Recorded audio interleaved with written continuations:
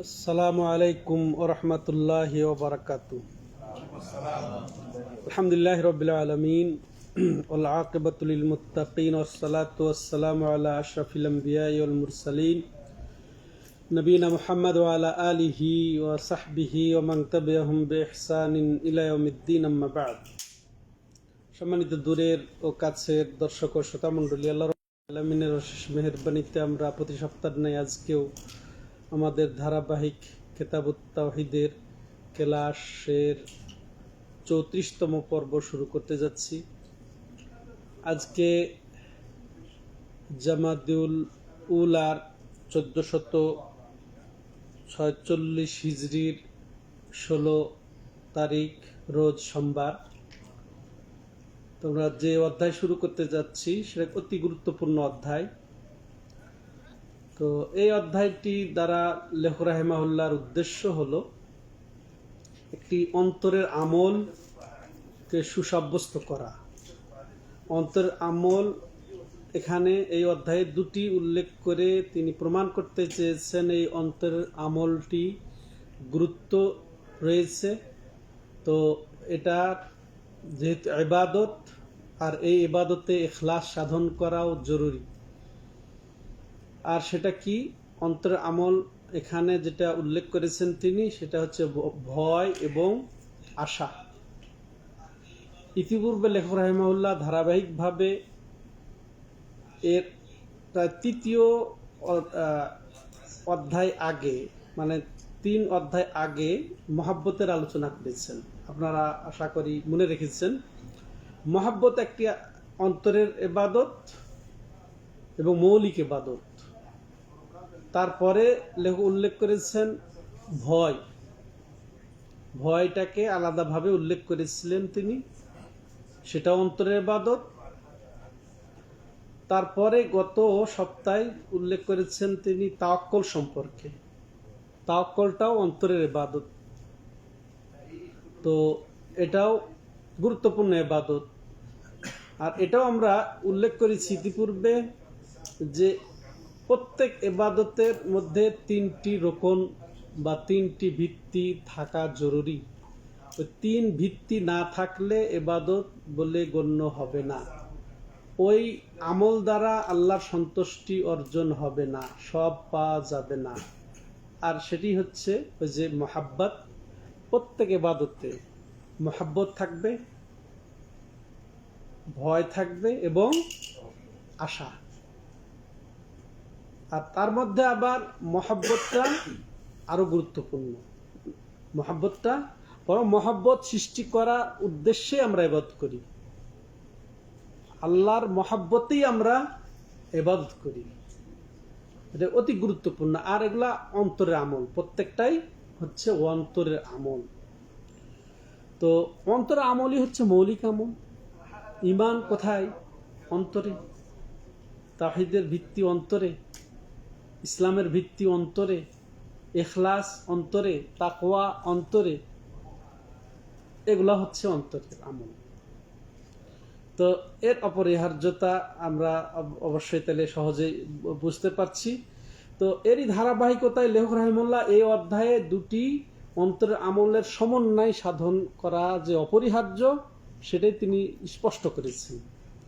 আর এগুলা যেহেতু ইবাদত, মহাব্বত ইবাদত, ভয় ইবাদত, আশা ইবাদত, ভরসা আশা ইবাদত। আর এগুলা একমাত্র আল্লাহর জন্য নিশ্চিত করা ইবাদত, তাওহীদ, ঈমানের শর্ত। আর এগুলা আল্লাহ ছাড়া গায়রুল্লাহর জন্য, মৃত্যু ব্যক্তির জন্য, গায়েবের জন্য কোনো অংশ যদি চলে তাহলে সেটা হবে কি? শিরক। এই জন্য তিনি কিতাবুত তাওহীদে তাওহীদ স্পষ্ট করার জন্য এগুলো ধারাবাহিকভাবে তিনি বর্ণনা দিচ্ছেন, তাওহীদকে স্পষ্ট করার জন্য। তো এই মহাব্বত আল্লাহর জন্য, এই ভয় আল্লাহর জন্য, এই তাওয়াক্কুল ভরসা আল্লাহর জন্য, আশা আল্লাহর জন্য। তো এটা আবার দুইভাবে তাওহীদের পরিপন্থী হয়। এক হচ্ছে তাওহীদের একেবারে তাওহীদ পরিপন্থী পুরাটাই তাওহীদকে একেবারে নাকচ করে দেয় যদি এটা গায়রুল্লাহর জন্য এটা চিন্তা করা হয়। গায়রুল্লাহর জন্য যদি চিন্তা করা হয় তাহলে তাওহীদ সম্পূর্ণ নষ্ট হয়ে যায়, এটা সম্পূর্ণ নষ্ট হয়ে যায়, নাকচ হয়ে যায় তাওহীদ, দূরীভূত হয়ে যায় তাওহীদ। কিভাবে? যে আল্লাহর যেটা হক ভয়ের ক্ষেত্রে, আল্লাহর যেটা হক মহাব্বতের ক্ষেত্রে, আল্লাহর যেটা হক আশা আকাঙ্ক্ষা ভরসার ক্ষেত্রে এর কোনো অংশ যদি ফেরেশতাকেও দেয়, নবীকেও দেয়, কোনো অলিকে দেয়, মৃত ব্যক্তিকে দেয়, কোনো গায়েবকে দেয়, সে ইসলাম থেকে খারিজ হয়ে যাবে, তার ঈমান শূন্য হয়ে যাবে। তাহলে তাওহীদের পরিপূর্ণ পরিপন্থী। আর এর আংশিক পরিপন্থী হচ্ছে কি? পরিপূর্ণতার পরিপন্থী। পরিপূর্ণ তাওহীদ পরিপন্থী একরকম, আর পরিপূর্ণ তাওহীদের পরিপন্থী। পার্থক্য আছে কি? কে বুঝতে পেরেছেন? একটা আছে তাওহীদের পুরা তাওহীদের পরিপন্থী, আর একটা আছে তাওহীদের পরিপূর্ণতার পরিপন্থী। পরিপূর্ণতার পরিপন্থী অর্থ হচ্ছে পূর্ণ তাওহীদ না থেকে তার তাওহীদ কমতি ঘটবে, হ্রাস ঘটবে, এখন তাওহীদ শূন্য হয়ে যাবে না, পরিপূর্ণতার পরিপন্থী হবে, পরিপূর্ণতা থেকে কমে যাবে। আর সেটা কিসে? ছোট শিরকের মাধ্যমে, গুনার মাধ্যমে পরিপূর্ণতার পরিপন্থী হয়। আর তাওহীদ চলে যাওয়া এই যে বড় শিরকের মাধ্যমে। তো ওটাই বলছিলাম, যেটা আল্লাহর অংশ, আল্লাহর হক, সেটার ক্ষেত্রে যদি অন্য কাউকে শরীক করে তাহলে তার একেবারে পরিপূর্ণ তাওহীদ শূন্য হয়ে যাবে, তাওহীদ শূন্য হয়ে যাবে। তো বলছিলাম এই যে এই ইবাদতগুলোর মধ্যে এরকম দুটো সাইড আছে। এগুলা কেউ যদি একেবারে আল্লাহ ছাড়া অন্যের উদ্দেশ্যে সাধন করে, চিন্তা করে, তাহলে সে ইসলাম থেকে খারিজ হয়ে যাবে। আর এটা না করে কেউ যদি এটা যে স্বাভাবিকভাবে যেটা যেটা কাবিরা গুনাহ হবে সেটা যদি করে তাহলে শিরক হবে না, ছোট শিরক হওয়ার ফলে কাবিরা গুনাহ হবে। যেমন ভয়, আপনি মনে করেন শাসককে ভয় করছেন, আশা শাসকের কাছে করছেন, ভরসা শাসকের উপরে করছেন, সে জীবিত, সে পারে, তাকে আল্লাহ যে সামর্থ্য দিয়েছেন ওই সামর্থ্য অনুযায়ী এগুলো আপনাকে করতে পারবে, দিতে পারবে, ক্ষতি করতে পারবে, উপকার করতে পারবে, এই জন্য তাকে ভয় করছেন, তারপরে আশা করছেন। হ্যাঁ, কিন্তু আপনি এটা যদি তার উপরে আস্থা রাখেন, তার উপরে যদি ভরসা করেন, তাহলে এটা আপনার তাওহীদের পরিপূর্ণতার পরিপন্থী হবে। পূর্ণ তাওহীদের উপরে নন আপনি। হ্যাঁ, আপনি তার উপরে ভরসা করেন, আস্থা রাখেন, এরকম ভাবে নয় যেভাবে আল্লাহর উপরে রাখা যাবে, বরং যে হ্যাঁ তাকে আপনি মাধ্যম বা সে আমাকে সহযোগিতা করতে পারবে এই সামর্থ্য আল্লাহ তাকে দিয়েছেন, যতটুকু দিয়েছেন অতটুকু দ্বারা উনি আমাকে সহযোগিতা করবেন, কিন্তু সম্পূর্ণ ভরসা কার উপরে থাকবে? আল্লাহর উপরে। তো সম্পূর্ণ যেহেতু আপনার আল্লাহর উপরে ভরসা নেই, কিছু আংশিক ভরসা তার উপরে চলে গেছে, এই জন্য এটা তাওহীদের পরিপূর্ণতার পরিপন্থী। আশা করি সূক্ষ্ম জিনিস বুঝতে পেরেছেন। আল্লাহ তৌফিক দাতা। হ্যাঁ, লেখক রাহিমাহুল্লাহ এই অধ্যায়ের মাধ্যমে দুটি মহান ইবাদত, অন্তরের ইবাদত এখানে উল্লেখ করে এখানে তাওহীদকে সুসাব্যস্ত করেছেন যে এরকম যদি কেউ ভয় এবং আশা এটা ব্যালেন্স ঠিক না রাখে, যথাযথ সমন্বয় না করে, সামঞ্জস্য বজায় না রাখে, হ্যাঁ, তাহলে সে অবশ্যই ভুল করবে, সে গুনাহগার হবে। দুই ধরনের গুনাহ হতে পারে, এক তো শিরকি গুনাহ হতে পারে, বড় শিরকি, আর দ্বিতীয়ত ছোট শিরকের গুনাহ হবে। হ্যাঁ, তো এটা এর জন্য সতর্ক করার জন্য তিনি এই অধ্যায় রচনা করেছেন। সম্মানিত দর্শক ও শ্রোতা মণ্ডলী, এবার আসেন আমরা চলে আসি সরাসরি অধ্যায়ে। লেখক যা বলেছেন, হ্যাঁ, এখানে আরেকটি কথা বলে নেওয়া ভালো যে এই দুটি হচ্ছে ইবাদতের অন্যতম ইবাদত, যেটা হচ্ছে ভয় এবং আশা। তো এটার মধ্যে যদি কোনো ব্যালেন্স ঠিক না রাখা হয় তাহলে অবশ্যই তাওহীদের ত্রুটি হবে, ইবাদত বিঘ্নিত হবে, ইবাদত সেটা বিঘ্নিত হবে। তো যেমন ভয় এবং আশার ব্যালেন্স, আর এখানে ভয়, এখানে ওই ভয়, এখানে নিরাপদ, নিজেকে নিরাপদ মনে করা, নিজেকে নির্ভয় মনে করা। এখানে নির্ভয় মনে করে নিলে আল্লাহর আযাব থেকে আল্লাহ নিরাপদ যদি মনে করে নেয় নিজেকে, তাহলে সে তখন কি করবে? অবাধে গুনাহ করবে। অবাধে সে গুনাহ করবে। আর যদি সে আবার আশা ছেড়ে দেয় আল্লাহর কাছে, আল্লাহর রহমতের আশা যদি ছেড়ে দেয়, তাইলে যে সে নিজেকে মনে করবে যে সে একেবারে আল্লাহর রহমত থেকে বঞ্চিত। তাহলে দুটোই হচ্ছে খালাল, দুটোই হচ্ছে আকীদা পরিপন্থী, আকীদা বিপরীত বিষয়। তো এটা আমাদেরকে বুঝতে হবে। তো পুরা কোরআনে এই দুইটা বিষয়ই আল্লাহ রাব্বুল আলামিন ফুটিয়ে তুলেছেন, আশা এবং ভয়ের ইয়াটাই তুলে দিতে। দুই রকম বিষয় মূলত আছে, যেখানে ভয়ের কথা সেখানে আবার আশা। যদি ভয় করে আমরা ছেড়ে দেই, ভয়ের কারণে আমরা কি করব? একেবারে আল্লাহর আশা, আল্লাহর রহমতের ইয়াটা ছেড়েই দেব, রহমত একে নিরাশ হয়ে যাব। ভয়ের কারণে আমরা নিরাশ হয়ে যাব। আবার আশা যদি একেবারে বেশি উপরে উঠে যায়, বেশি হয়ে যায়, তখন আমরা আল্লাহকে ভুলে যাব, ভয়ও করব না। আল্লাহ গাফুরুর রাহিম, আর এদিকে সে নামাজ সালাত আদায় করে না। বুঝে আসছে?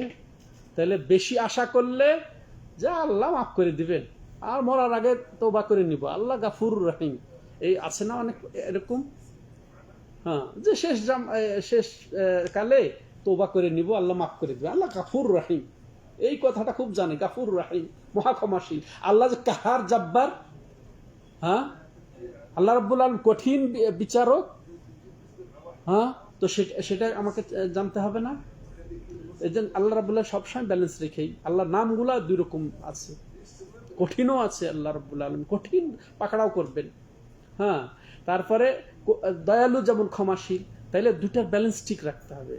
ব্যালেন্স রেখেই পুরা কোরআন। যেমন সূরা ফাতিহা দেখেন, সূরা ফাতিহা যখন মাশাআল্লাহ আমরা শুরু করি বিসমিল্লাহ বললে, আলহামদুলিল্লাহি রাব্বিল আলামিন, এটা মহব্বত।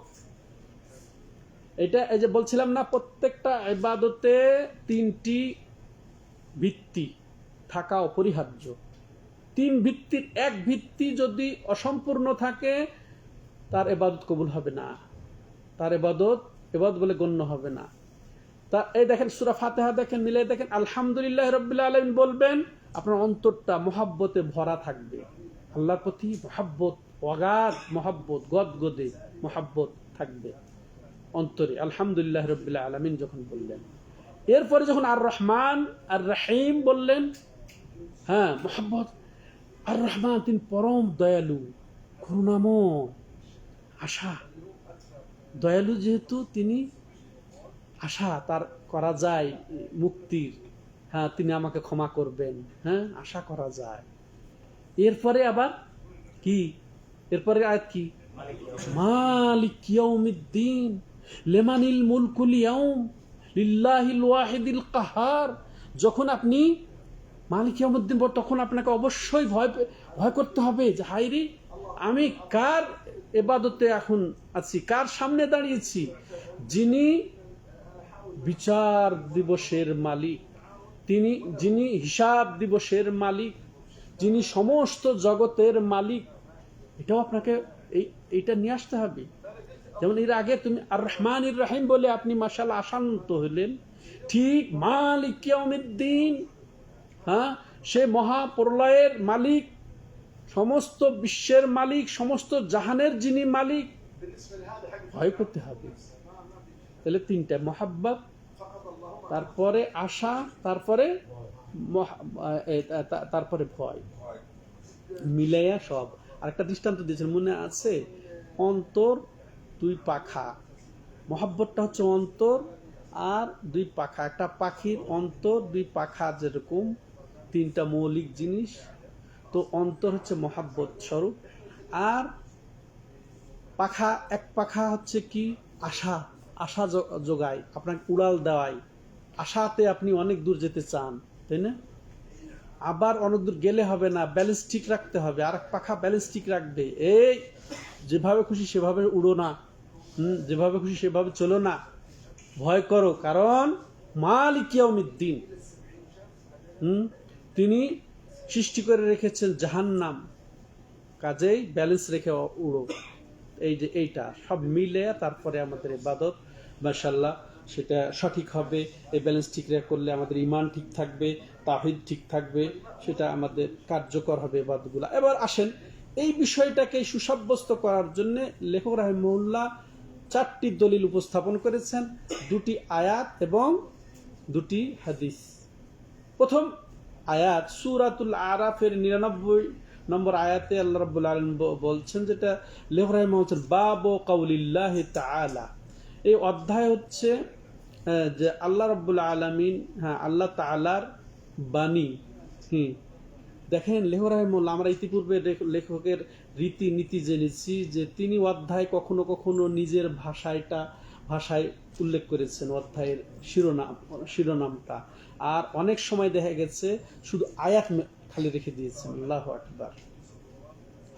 তো তিনি শিরোনামই দিয়ে দিয়েছেন আয়াত দিয়ে। এই যে সূরা আরাফের 99 আয়াতে কি, যে আফা আমিনু মাকরাল্লাহ ফালা ইয়ামানু মাকরাল্লাহি ইল্লাল কাউমুল খাসিরুন, যে তারা কি নির্ভয়, তারা কি ভয় পায় না মাকরাল্লাহ, আল্লাহর শক্তি থেকে, আল্লাহর আধিপত্য থেকে, আল্লাহর শাস্তি থেকে তারা কি ভয় পায় না?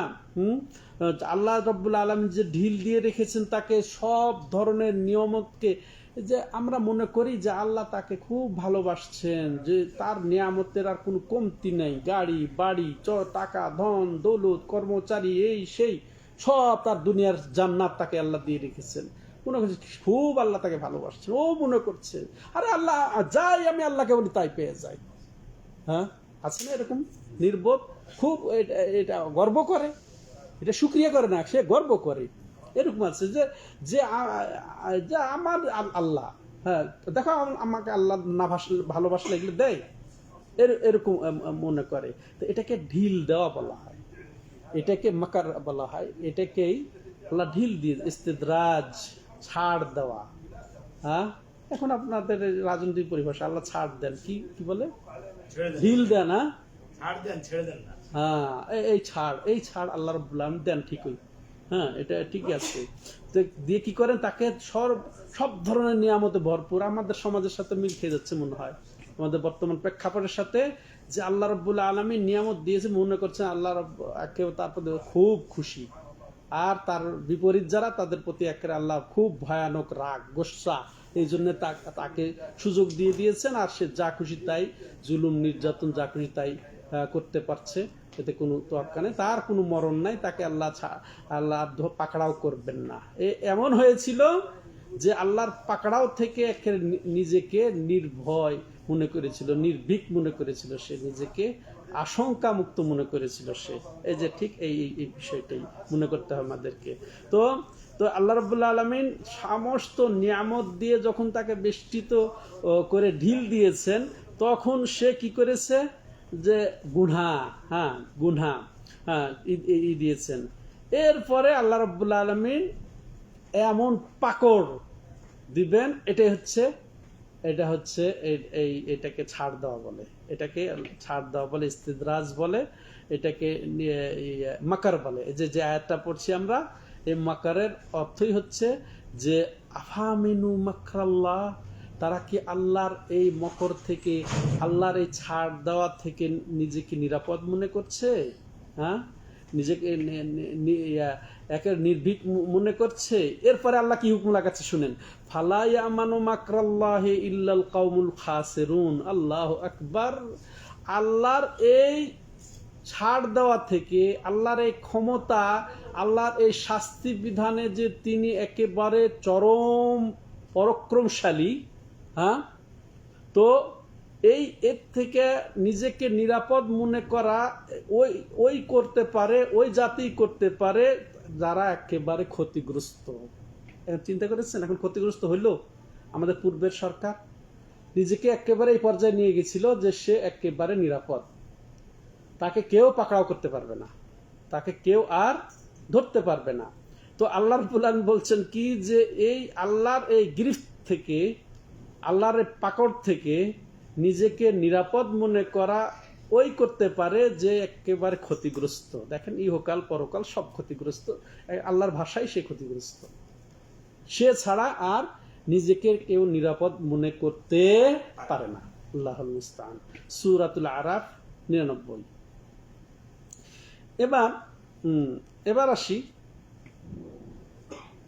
হ্যাঁ, ইবনে কাসির রাহিমাহুল্লাহ এই মাকারের অর্থ যে ঢিল দেওয়া, ছাড় দেওয়ার কথা করেছেন যে শক্তি, তারপরে শাস্তি দেওয়ার থেকে, আল্লাহ যে শাস্তি দিতে পারেন শাস্তি দেওয়া থেকে নিজেকে নিরাপদ মনে করা, হ্যাঁ, তারপরে তাকে যে একেবারে চরমভাবে পরে গ্রেফতার করবেন, পাকড়াও করবেন, এর থেকে সে নিরাপদ মনে করা, এগুলো হচ্ছে এর অর্থ।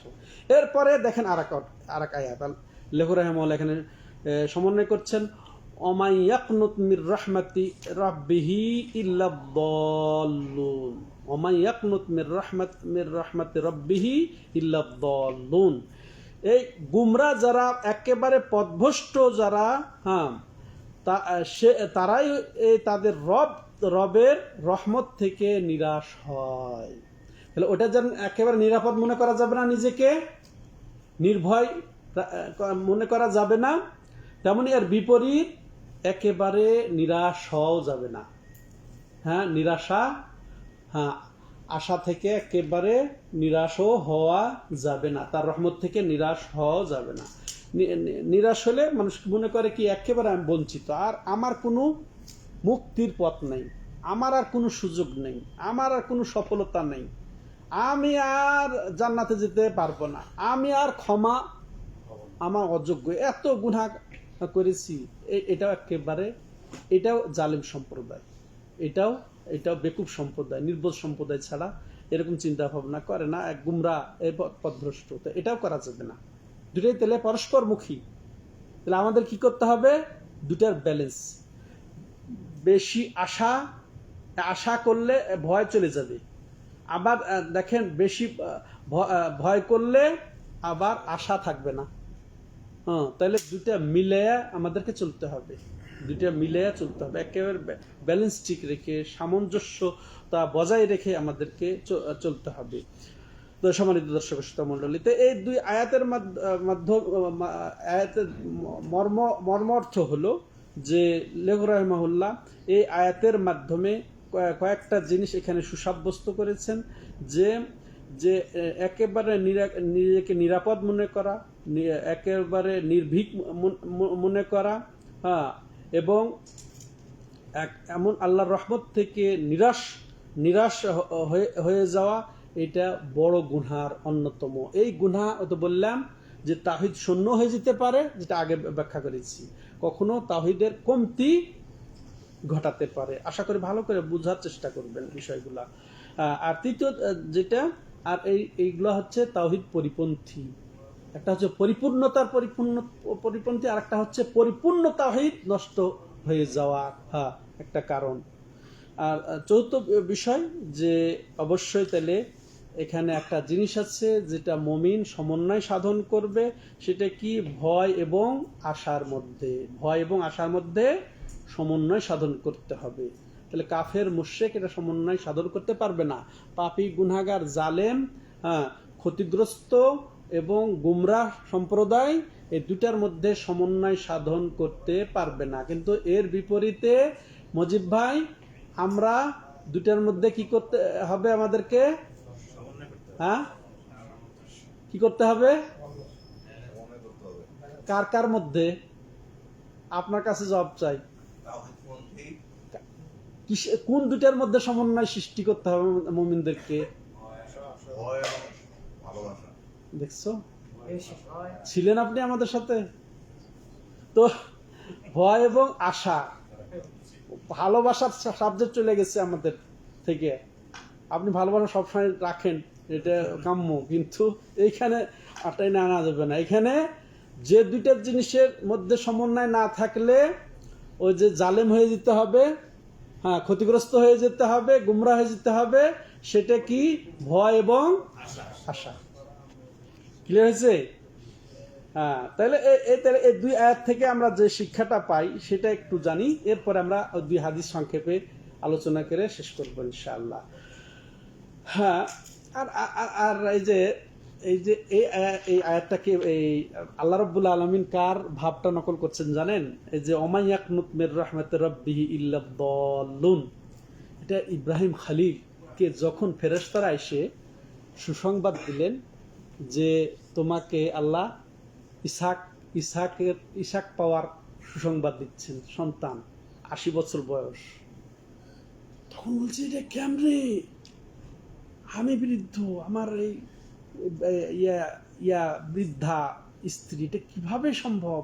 তখন ফেরেশতারা তখন যখন তাকে বললেন যে কি বলছো তুমি, ফালা তাকুম মিনা কানেতিন, তুমি নিরাশ হয়ে যেও না, নিরাশ হওয়া ব্যক্তিদের অন্তর্ভুক্ত হয়েও না তুমি হে ইব্রাহিম। ফেরেশতারা যখন তাকে জবাব দিলেন তখন তিনি আবার উল্টা উত্তর দিয়ে বলছেন ফেরেশতাদেরকে, ওমাইয়াকনুত মির রাহমাতির রাব্বিহি ইল্লা দাল্লুন, হ্যাঁ অবশ্যই, যে গুমরা ছাড়া তার রবের রহমত থেকে কে আর নিরাশ হয়?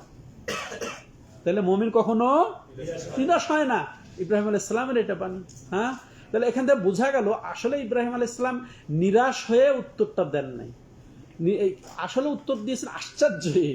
আরে আমি 80 বছরে, আমার এরকম হয় না, মানুষ বলে না, হ্যাঁ, তো 80 বছরে আমার সন্তান হবে, আশ্চর্য কথা।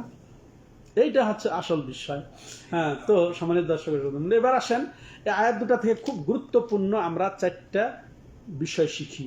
সেটা কি? প্রথম বিষয় কি, যে আল্লাহ রাব্বুল আলামিন আমাদেরকে সতর্ক করছেন যে আল্লাহর গ্রিপ থেকে, আল্লাহর শাস্তি থেকে, আল্লাহর পাকড় থেকে আমরা কখনো নিরাপদ না ভাবি নিজেকে। ঠিক আছে? আর এটা ভাবা একেবারে কাবিরা গুনাহ তো বটেই। আর যদি একেবারে ভয়শূন্য হয়ে যায় তাহলে একেবারে মুশরিক। যদি একের ভয়শূন্য, আল্লাহর ভয় শূন্য হয়ে যায় নিজের মধ্যে, যে আমি তো অনেক কিছু আছে, কিসের ভয়, তাহলে সে কাফের হয়ে যাবে, মুশরিক হয়ে যাবে, তাওহীদ শূন্য হয়ে যাবে। খুব গুরুত্বপূর্ণ। তেমনি ভাবে আমরা এই দ্বারা শিক্ষা পাই যে আল্লাহ রাব্বুল আলামিন আমাদেরকে অনুরূপ এর বিপরীত যে নিরাশ হতেও নিষেধ করেছেন। আমাদেরকে নিরাশ হলেও চলবে না, তার রহমত থেকে নিরাশ হলে চলবে না। এটাও দুই রকম গুনাহ। একটা হচ্ছে যদি পরিপূর্ণরূপে নিজেকে একের বঞ্চিত মনে করে যে আমি ক্ষমার অযোগ্য, আমার জন্য আর জান্নাত আশা নাই, নাউজুবিল্লাহ, এরকম যদি মনে করে, সেও মুশরিক।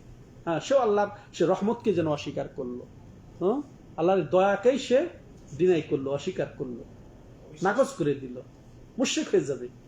হ্যাঁ, তবে ওই তো বললাম, যদি এর চেয়ে কম সে মনে করে তাহলে সে তাওহীদের পরিপন্থী কাজ করলো। কিন্তু তাহলে আল্লাহর কাছে অবশ্যই আমাদেরকে রহমতের ভিখারি হতে হবে, আশাধারী হতে হবে, আবার ভয়ও ঠিক রাখতে হবে। এবার তৃতীয় বিষয় যেটা বলছি, এই যে দুইটার সমন্বয় করতে হবে। ঠিক আছে? যেখানে আপনি ছিলেন না আমাদের সাথে, যে ভয় এবং আশা দুটাই আমাকে একত্রিত করতে হবে, সামঞ্জস্য বিধান করতে হবে। তাহলে আবার কোনোটা যেন বেড়ে না যায়, কোনোটা যেন আবার নিচে না চলে যায়। হ্যাঁ, তো দুইটার সাথে ব্যালেন্স ঠিক রাখতে হবে। তাই এটা আমাদের তৃতীয় বিষয় জানলাম। চতুর্থ বিষয় এখান থেকে যেটা জানলাম, যে নিশ্চয় ভয় এবং আশা দুটি আল্লাহ রাব্বুল আলামিনের ইবাদত সমূহের অন্যতম দুটি ইবাদত। আর এই ইবাদত একের খালিস দিলে একবারে আল্লাহর জন্য অবধারিত করতে হবে। এই ভয়টা একেবারে আল্লাহর একান্তই হক, আল্লাহকেই করতে হবে। এই আশা একমাত্র আল্লাহর কাছে। তাহলে ভয় এবং আশা দুটি ইবাদতের কথাই তো বলছি না, তাহলে খাঁটিভাবে, নিখুঁতভাবে আল্লাহর জন্যই সাব্যস্ত করতে হবে। এই 4টা জিনিস আমাদেরকে মনে রাখতে হবে এই দুই আয়াত থেকে। এরপরে লেখ রাহিমাহুল্লাহ এই হাদিসের দলিল উপস্থাপন করতে গিয়ে বলছেন, আন ইবনে আব্বাস রাদিয়াল্লাহু আনহুমা আন্না রাসূলুল্লাহ সাল্লাল্লাহু আলাইহি ওয়াসাল্লাম সুইলা আনিল কাবাইরে ফাকাল আশ-শিরকু বিল্লাহ ওয়াল ইয়াসু বির-রাউহিল্লাহ ওয়াল আমনু মিন মাকরিল্লাহ। তো আব্দুল্লাহ ইবনে আব্বাস রাদিয়াল্লাহু আনহুমা, হ্যাঁ, তিনি বর্ণনা করছেন, হ্যাঁ, যে আন্না রাসূলুল্লাহ সাল্লাল্লাহু আলাইহি ওয়াসাল্লাম সুইলা আনিল কাবায়ের। তো রাসূলুল্লাহ সাল্লাম একবার কাবিরা গুনাহ সম্পর্কে জিজ্ঞাসিত হলেন যে কাবিরা গুনাহ কি আবার। তখন তিনি বললেন, তিনি ফরমাইলেন আশিরকু বিল্লাহ, সবচেয়ে বড় কাবিরা গুনাহ হচ্ছে কি, বা কাবিরা গুনাহ হচ্ছে আল্লাহর সাথে শিরক করা। আল্লাহর সাথে শিরক বলতে মুসাওয়াতু বেগাইরিল্লাহ, হ্যাঁ, মুসাওয়াতু গাইরিল্লাহ বিল্লাহ, মানে আল্লাহ ছাড়া অন্যকে আল্লাহর সাথে, হ্যাঁ, সমকক্ষ স্থির করা। আল্লাহ ছাড়া অন্যকে আল্লাহর সাথে মিলিয়ে নেওয়া, আল্লাহর সাথে পার্টনার করে নেওয়া, হ্যাঁ, যুক্ত করে নেওয়া, অংশীদার করে নেওয়া। এটা এটা উত্তর। শিরকের খুব গুরুত্বপূর্ণ সংক্ষিপ্ত পরিচয় কি, আরবিটাও যদি মুখস্থ করতে পারেন, মুসাওয়াত গায়রিল্লাহ বিল্লাহ, আল্লাহ ছাড়া অন্যকে, হ্যাঁ, আল্লাহর সাথে, হ্যাঁ, সামঞ্জস্য সৃষ্টি করা, হ্যাঁ, সমতা বিধান করা, এটা হচ্ছে শিরক। আল্লাহর হক, বিশেষ করে রুবুবিয়াত উলুহিয়াত, রুবুবিয়াত এবং উলুহিয়াত, অর্থাৎ আল্লাহর কর্মসমূহে আল্লাহকে একক বিশ্বাস না করে, নবীকেও যদি হয়, ফেরেশতাকেও যদি হয়, কোনো ওলিকে, কোনো মৃত ব্যক্তি, কোনো গায়েবকে যদি যুক্ত করে, সেটা হচ্ছে শিরিক, বড় শিরক। এর ফলে ইসলাম থেকে খারিজ হয়ে যায়। তো এটা হচ্ছে সবচেয়ে বড় গুনাহ। তেমনি ভাবে দ্বিতীয় যেটা, তিনি যেহেতু তার কর্মে একক, অর্থাৎ তিনি একমাত্র স্রষ্টা, তিনি একমাত্র মালিক, একমাত্র কর্তৃত্বকারী, একমাত্র ব্যবস্থাপক, একমাত্র রিজিক দানকারী, অতএব তিনি একমাত্র ইবাদতের হকদার। তো ইবাদত সমূহের কোনো ইবাদতে তার সাথে কাউকে শরীক করা, না ফেরেশতা বা না নবী, না কোনো ওলি, না কোনো মৃত্যু, না কোনো গায়েবকে শিরক করা যাবে। তার সাথে করা মাত্রই সে ইসলাম থেকে খারিজ হয়ে যাবে। তো এটা হচ্ছে সবচেয়ে বড় গুনাহ, কাবিরার মধ্যে সবচেয়ে বড় গুনাহ। বা কাবিরা গুনাহ সম্পর্কে তাকে জিজ্ঞাসা করা হলে তিনি বলছেন যে কাবিরা গুনাহ হচ্ছে আল্লাহর সাথে শিরক করা। এরপরে কি বলেছেন জানেন? এই আমাদের আলোচ্য দুটি ইবাদতের বিষয় তিনি বলেছেন, সেটা কি? আল ইয়াসু মির রাউহিল্লাহ, আল্লাহর রহমত থেকে নিরাশ হয়ে যাওয়া। আল্লাহর রহমত থেকে নিরাশ, এটাও কাবিরা গুনাহ। তাহলে বোঝা গেল রাসূলকে কাবিরা গুনাহ সময় জিজ্ঞাসা করলে এটা এনেছেন দ্বিতীয় স্টেপে, যে আল্লাহর রহমত থেকে নিরাশ হয়ে যাওয়া, ওয়াল আমনু মিন মাকরিল্লাহ, এবং আল্লাহর গ্রিফ থেকে, আল্লাহর শাস্তি থেকে, আল্লাহর যে তাকে নিয়ামত দিয়ে পরিপূর্ণ করে দিয়ে রেখেছেন ঢিল দিয়ে, যার ফলে তার বিপরীতে সে গুনায় যা আমি ফ্রি, হ্যাঁ হ্যাঁ, আমি এখন পেয়ে গেছি, যে তাকে যে আল্লাহ রাব্বুল আলামিন আবার যে কোনো সময় পাকড়াও করবেন, এটা ভুলে গিয়ে সে নিজেকে নিরাপদ ভাবা। তো এই যে নিজেকে নিরাপদ ভাবাটাও হচ্ছে কাবিরা গুনাহ, অন্যতম কাবিরা গুনাহ, শুধু কাবিরা গুনাহ, অন্যতম কাবিরা গুনাহ। তাহলে তিনটা কাবিরা গুনাহর কথা এখানে রাসূলুল্লাহ সাল্লাল্লাহু আলাইহি ওয়াসাল্লাম উল্লেখ করার অর্থ এই নয় যে এই তিনটাই হচ্ছে কাবিরা গুনাহ। এখানে প্রয়োজন অনুযায়ী, ওখানকার গুরুত্ব অনুযায়ী, বা এটা এই তিনটা পাপের ভয়াবহতা অনুযায়ী এখানে তিনটা কথাই রাসূলুল্লাহ সাল্লাল্লাহু আলাইহি ওয়াসাল্লাম উল্লেখ করেছেন। এরপরের হাদিস, এটা আব্দুল্লাহ ইবনে মাসউদ রাদিয়াল্লাহু তাআলা আনহুর এটা বাণী। قال, তিনি বলছেন, আকবারুল কাবায়ের আল ইশরাকু বিল্লাহ, সবচেয়ে বড় গুনাহ, আল্লাহু আকবার, সবচেয়ে বড় গুনাহ হচ্ছে আল্লাহর সাথে শরীক করা। ওয়াল আমনু মিন মাকরিল্লাহ, ওই একই কথা, যে আল্লাহর গ্রিফত, আল্লাহর পাকড়াও, বা আল্লাহর ঢিল দেওয়া থেকে নিজেকে নিরাপদ ভাবা, হ্যাঁ, নির্ভীক ভাবা। ওয়াল কুনুতু মির রাহমাতিল্লাহ, এবং আল্লাহর রহমত থেকে একেবারে নিরাশ হয়ে যাওয়া। ওয়াল ইয়াসু মির রাউহিল্লাহ, এরকম সমর্থবোধক, হ্যাঁ, তো আল্লাহর রহমত থেকে একেবারে হতাশ হয়ে যাওয়া, এগুলা হচ্ছে কাবিরা গুনাহ। একই কথা, যে এগুলার মধ্যে সীমাবদ্ধ নয় কাবিরা গুনাহ, আরো অনেক আছে। তো দৃষ্টান্ত স্বরূপই যেন রাসূল সাল্লাল্লাহু বলেছেন, বা এগুলার ভয়াবহতার কারণে এই তিনটা কথাই উল্লেখ করেছেন।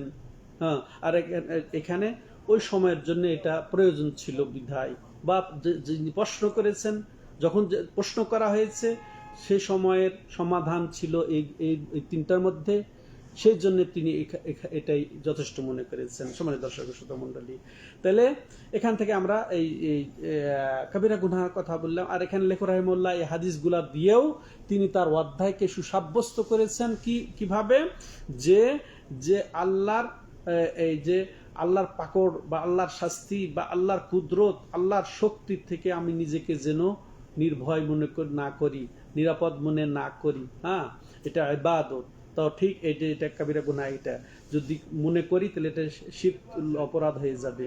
হ্যাঁ, এটা দিয়েও তিনি তার অধ্যায়ে তিনি প্রমাণ পেশ করেছেন এবং তাওহীদকেই সুসাব্যস্ত করেছেন। হ্যাঁ, দুইভাবে ওটা বললাম যে পূর্ণ তাওহীদের হেফাজত এবং তাওহীদের কমতিও যেন না ঘটে সেদিকেও তিনি বিবেচনা করে এই দুটি হাদিস এখানে স্থাপন করেছেন। এবার আসেন এই দুই হাদিস থেকে আমরা যে শিক্ষা পাই সেটা উল্লেখ করে আমরা আলোচনা শেষ করি। তো প্রথম, যে আল্লাহর এই যে পাকড় বা আল্লাহর শক্তি থেকে আমরা যেন নিজেকে নিরাপদ না ভাবি, এটা হারাম। হ্যাঁ, এটা হারাম, এটা আমরা শিখলাম। এবং তেমনই ভাবে আল্লাহর রহমত থেকেও আমরা নিরাশ হব না। দুটেই হচ্ছে ওই যে ইতিপূর্বে যেরকম বলা হলো, দুটেই হচ্ছে কাবিরা গুনহার অন্যতম কাবিরা গুনহা। হ্যাঁ, তো যেটা মুরজিয়া এবং খারেজি দুই সম্প্রদায়, এই দুই ভাবে বিভক্ত হয়ে তারা গুমরা হয়েছে, এর থেকে আমাদেরকে অবশ্যই বেঁচে থাকতে হবে। এরপরে দ্বিতীয় যে বিষয়টা আমরা জানি যে শিরকটা সবচেয়ে বড় গুনাহ। যেমন সবচেয়ে কাবিরা বড় গুনাহ কোনটি, যেমন সেটা আল ইশরাক বিল্লাহ, এটাও আমরা জানলাম এই হাদিসের এখানে আব্দুল্লাহ ইবনে মাসউদের আসারের মাধ্যমে, যে সবচেয়ে বড় গুনাহ, যত বড় বড় গুনাহ আছে তার মধ্যে আবার সবচেয়ে বড় সেটা কি, শিরক, আল্লাহর সাথে অন্য কোন সত্তাকে, ফেরেশতা হন আর নবী হন আর যেই হন না কেন তাকে সমকক্ষ দাঁড় করা, স্থির করা। হ্যাঁ, এটা আমরা জানলাম।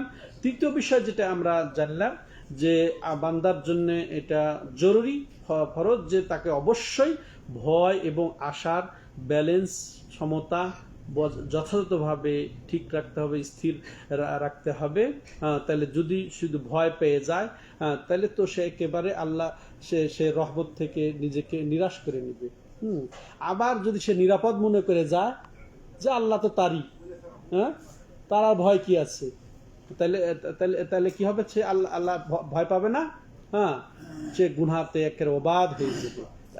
এটার সংখ্যা কম নাই আমাদের সমাজে। তো সব থেকে আমাদেরকে মুক্ত হয়ে তাইলে ভয় এবং আশা সাথে রেখে আমাদেরকে কাজ ইবাদত বান্দেগী চালিয়ে যেতে হবে মুহাব্বতের সাথে।